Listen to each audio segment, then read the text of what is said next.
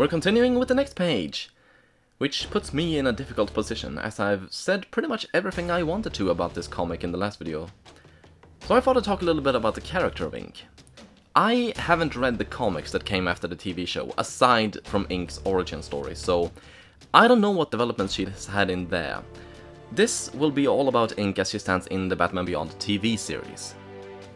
Her introduction was in the very first episode after the two-part introductory episode in the episode 3 of the show. It's a bit confusing, but that's how it was.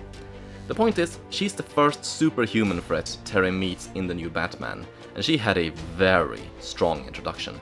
There was no tragic backstory of a meek, well-meaning girl who made a mistake, no comic retribution against an evil businesswoman, or poetic manifestation of a bully's inhumanity.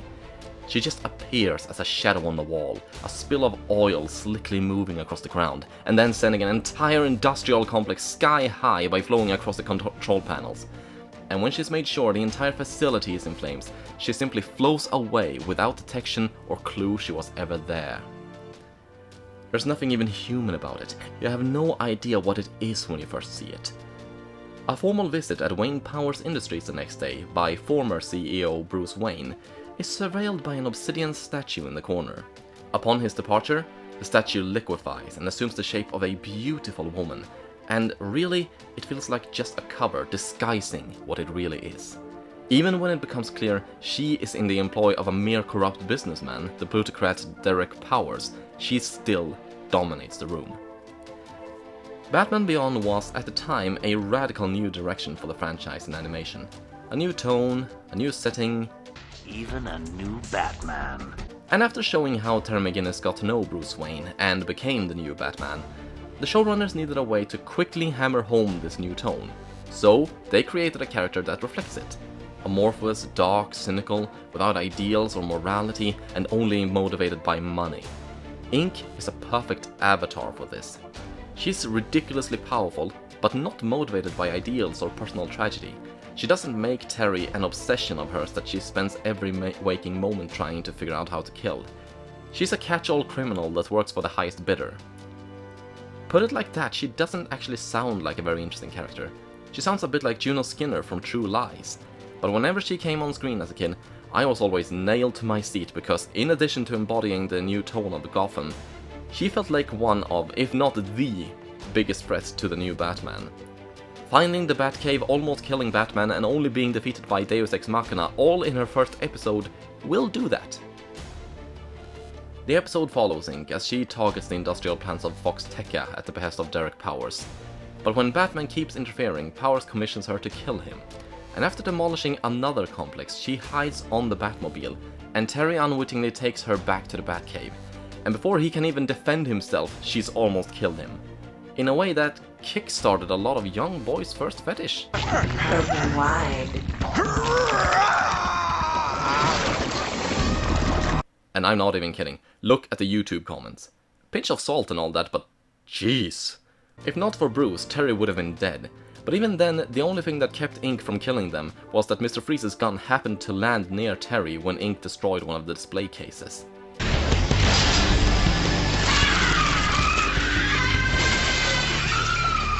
Ink appeared in all of 4 episodes out of 52, and only 3 of them had any focus on her.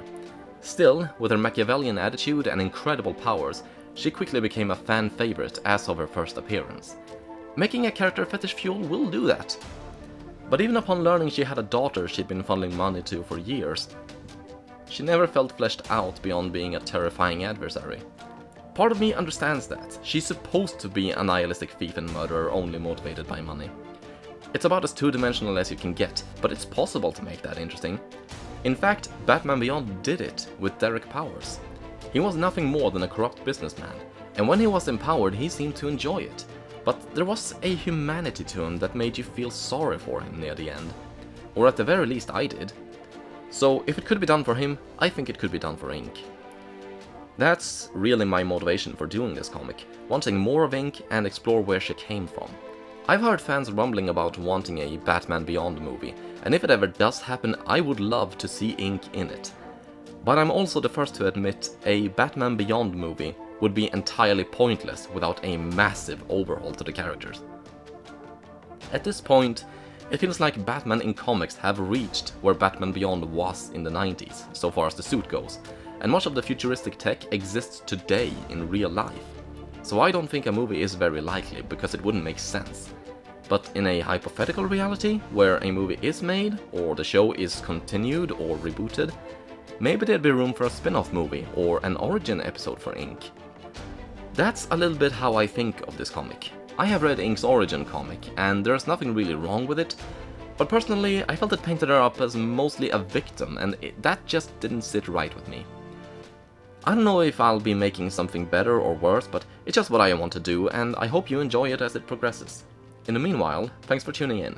If you like this video, leave a like, comment if you want to, and subscribe by clicking the little button and the bell. Have a good one!